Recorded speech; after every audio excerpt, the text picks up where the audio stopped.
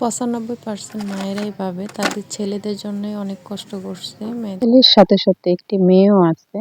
তো আপনারা কি ওই মেয়েটিকে অনলাইন থেকে অর্ডার করতে এনেছেন? ওর জন্য কি কষ্ট করেন নাই? এটা আমি প্রশ্ন রেখে গেলাম আমার প্রিয় আপুদের কাছে এবং সেই খালাদের কাছে, মায়েদের কাছে যারা এই কথাগুলি বলেন যে আমার ছেলেকে আমি অনেক কষ্ট করে মানুষ করেছি। প্লিজ প্রশ্নটা একটু ভেবে দেখবেন, খুঁজে দেখবেন যে এটার মিল কোথায় আছে। আসসালামু আলাইকুম, সবাই কেমন আছেন? আশা করি সবাই অনেক ভালো আছেন। আল্লাহর অশেষ রহমতে আমিও আমার পরিবারের সবাই অনেক ভালো আছি। প্রত্যেকটা ঘরে ঘরেই আপনারা দেখবেন যে 100-র মধ্যে 95টা ঘরের মধ্যে ছেলের সাথে সাথে কিন্তু মেয়েও আছে, মানে কোনো সংসার নাই আমাদের শুধু ছেলে। প্রত্যেকটা মায়েরই কিন্তু একটা ছেলে থাকে, একটা মেয়ে থাকে, বা দুটা মেয়ে থাকে, একটা ছেলে থাকে, দুটো ছেলে থাকে, একটা মেয়ে থাকে, মানে ছেলে মেয়ে উভয়ই কিন্তু সংসার। সেই মাগুলি কিভাবে ভুলে যায় যে আমার ছেলের জন্য আমি অনেক কষ্ট করছি, ঠিক আছে?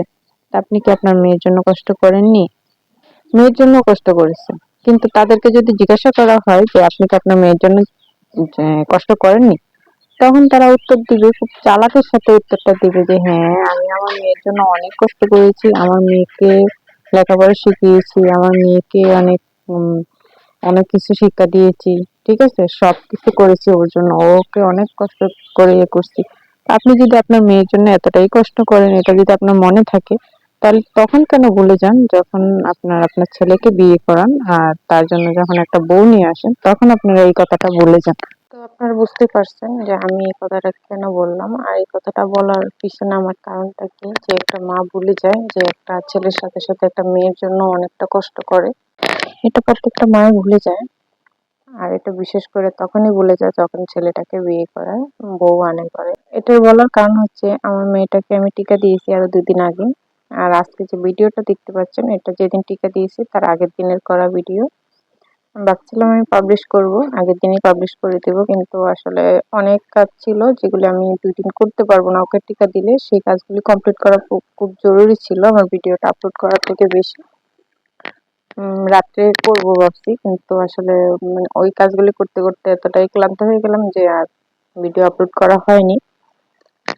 আর এর পরের দিন তো ওকে টিকা দিয়েছি, আর তারপরে আর সম্ভবই হয়নি ওকে টিকা দেওয়ার পরে ভিডিওটা এডিটিং করা আর পাবলিশ করা। 2 দিন পরে পাবলিশ করেছি, কারণ মেয়েটা আমার অনেক অসুস্থ হয়ে গেছে।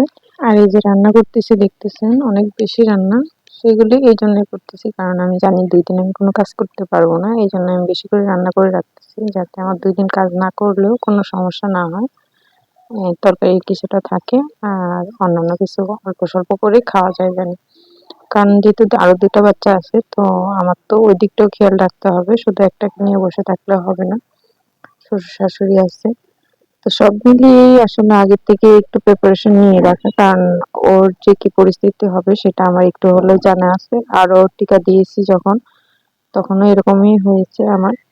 প্রথম একবার তো আমার এরকম অবস্থা হয়েছে, টানা 24 ঘন্টা, 24 ঘন্টা না, 2 দিন, আমার পুরো 24 ঘন্টা, তোমার 48 ঘন্টা আমাকে ওকে নিয়েই বসে থাকতে হয়েছে, শুধু খাওয়ার জন্য, টয়লেটে যাওয়ার জন্য, মানে নিজস্ব যে কাজগুলি আছে ওই জন্য যদি কারো কাছে দিতাম, তাও সে এতটা কান্নাকাটি করতো যে আমার ওই কাজগুলি করাটার থেকে না করাটাই অনেক বেস্ট ছিল। আর একদম নিয়ে বসে থাকতাম, মানে লড়াও যেত না, একদম লড়লেই ও ব্যথা পেত আর কান্না করতো। ও অনেকটা আমাকে জ্বালাইছে, যেটা মানে বলার বাহিরে। এই জন্য আমি আগের থেকেই প্রিপারেশন নিয়ে রাখছি। আর মাঝখানে তো আমি 2টা টিকা ওর মিস করছি, মানে এরকম জ্বালাতন করে দেখি। হয়তো বা বলবেন যে আপু মিস করাটা ঠিক হয়নি, আসলে মিসটা ইচ্ছা করেও করিনি।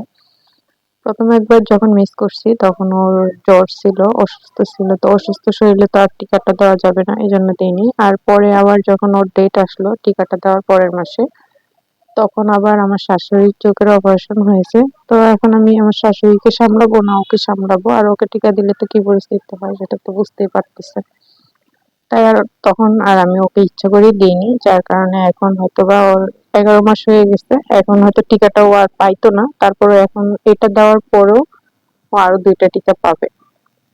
যে 10 মাসের যে টিকাটা সেটা রয়ে গেছে, সেটা লেট হয়ে গেছে আর কি, সেটা আর এই মাসে পাবে।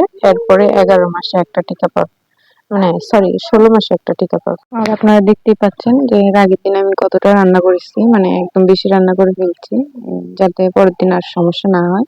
আগে থেকে প্রিপারেশন নিয়ে রেখেছি যে ও যদি অসুস্থ হয় তাহলে আমার কষ্ট না হয়। তো এবার একটু কষ্টটা কম হয়েছে, যেহেতু আমার ছেলেও আসছিল বাসায় আর আমি রান্না বান্না আগের থেকে একটু করে রেখেছি। তো এবার আমার একটু কষ্ট কম হয়েছে, তারপর ওকে নিয়েই বসে থাকতে হয়েছে, এটাই আমার কষ্ট যে আমি ওকে নিয়ে বসেছিলাম, কিন্তু অন্যান্য কাজের এতটা চাপ ছিল না।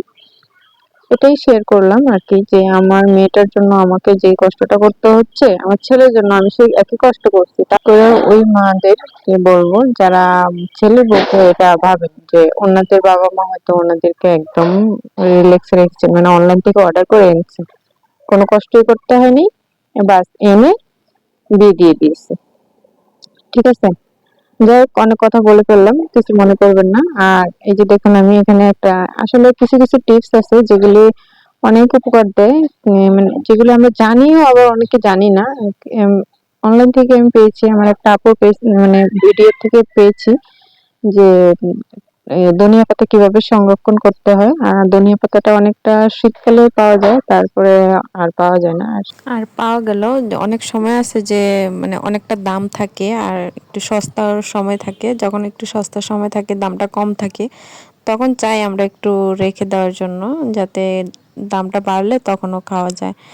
আর একটা কথা হচ্ছে যে ধনিয়া পাতাটা মানে পচে যায় তাড়াতাড়ি, মানে টিকে কম, 2 দিন হলেই এটা নষ্ট হয়ে যায়, একদম ইয়ে হয়ে যায়। তাহলে যেহেতু আমাদের গ্রামের এলাকা বাজার একটু দূরে, সবসময় পাওয়া যায় না, তো ভাবলাম যে তাহলে এই টিপসটি একটু অবলম্বন করি, অন্তত যাতে 1 সপ্তাহ আমাকে ধনিয়া পাতা না এনে খাওয়া যায়।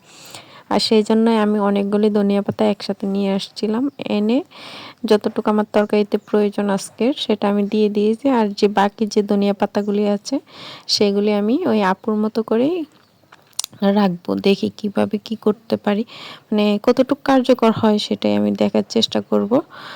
আর এই যে দেখুন, আর এদিকে একে একে আমি তরকারিগুলি নামিয়ে নিয়েছি। আর এই যে ধনিয়া পাতা সংরক্ষণের জন্য একটু টমেটো প্রয়োজন, তো এই টমেটোটাও আমি একটু সিদ্ধ করে নিচ্ছি, মানে হালকা একটু সিদ্ধ হলেই হবে। আর ওখানে ধনিয়া পাতাগুলি দিয়ে দিচ্ছি, যে ধনিয়া পাতাগুলি দিয়ে আর টমেটোটা দিয়ে একটু মানে হালকা একটু ভেজে নিব আর কি। তো আমি যে কড়াইতে রান্না করছিলাম সেই কড়াইতে আমি ভেজে নিয়েছি, ভেজে নিয়ে উঠিয়ে নিচ্ছি। আর দেখলাম যে আর এখানে আমি অন্য কিছু দেইনি, তো আপু দেয়নি, তো একটু লবণ দিছিল, তো আমি একটুখানি লবণ আমি দিয়েছি, মানে এটা আপু দেয়নি। আর এই যে আপু রাখছিল আপনার বরফ যে কেস থাকে ফ্রিজের ওইটাতে, তো আমি দুঃখের বিষয় হচ্ছে আমি বরফ কেসটা আমি পাচ্ছি না, ফ্রিজে কোথাও আছে কিন্তু অনেক জিনিস আছে তার জন্য পাইনি। তো আমি বাটির মধ্যে এভাবে একটু ভাগ ভাগ করে রেখে, খুব সুন্দর হয়েছে।